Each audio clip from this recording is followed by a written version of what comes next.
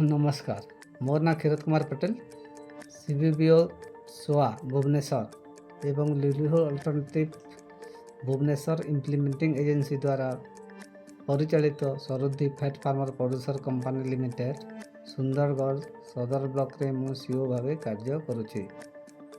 गत 28/6/2023 दिन सुंदरगढ़ सदर ब्लॉक रे मेढ़ेश्वर शिव मंदिर निकट में Saruddhi fat farmer producer company limited Kankuan herbs private limited एवं लिवलीहुड अल्टरनेटिव भुवनेश्वर मिलित सहयोग औषधीय और सुगंधीय कृषि संपर्कित कृषक कर्मशाला आयोजन करा जायथिला।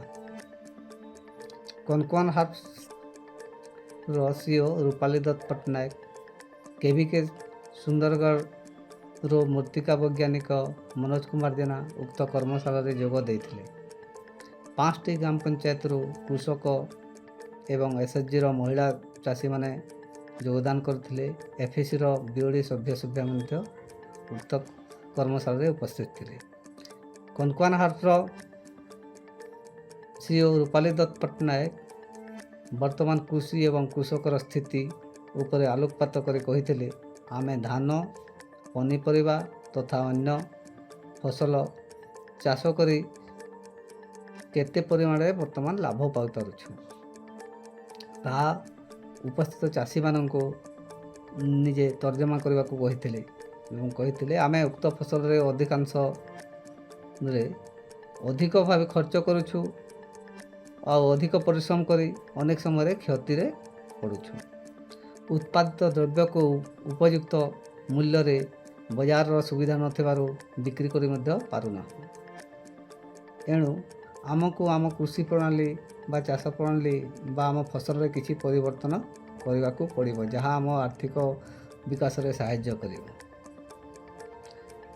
जदि आम ए अंचल जलवायु को देखिबा एठी अनुकूल होउथबा किछिटा औषधीय और सुगंधीय वृक्ष चाष करि पारि एवं अन्य चाष ठारू आमे अधिक लाभ पाई पारिबा। से मुख्यतः पामारजा माकुना हाबिसियस मुरुंगा को अंचल प्राधान्य देइथिले। ये सब को उपस्थित चाषी तथा महिला मान को चाष करिया पई उत्साहित करथिले। एथिपई से सीड्स बा मंजी और चाष करिया पई ज्ञान कौशल तालीम व्यवस्था जोगाई देबे बोले कहिथिले। केवीके सुंदरगढ़ तरफ चाषी मानू यही चाष संपर्कित ज्ञान कौशल तथा तालीम तथा विभिन्न सूचना से माने दे पारिबे। उपस्थित थिबा चाषी माने मुख्यतः पामागजा चाष पई आग्रह प्रकाश करथिले।